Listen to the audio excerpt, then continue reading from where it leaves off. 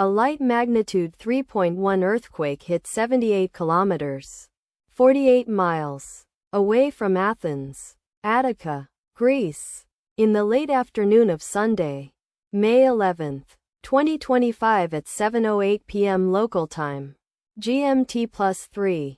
The quake had a very shallow depth of 18 kilometers, 11 miles, and was reported felt by some people near the epicenter. First to report, EMSC after 2 minutes.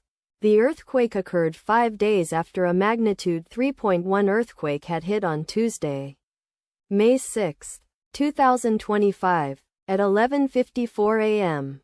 GMT+3 local time, in 46 kilometers, 29 miles, distance to the southwest. Data source from Volcano Discovery. Did you feel it? Let us pray. May the earthquake that occurred not affect our brothers and sisters there. May the earthquake not happen again. And may God protect everyone. Amen.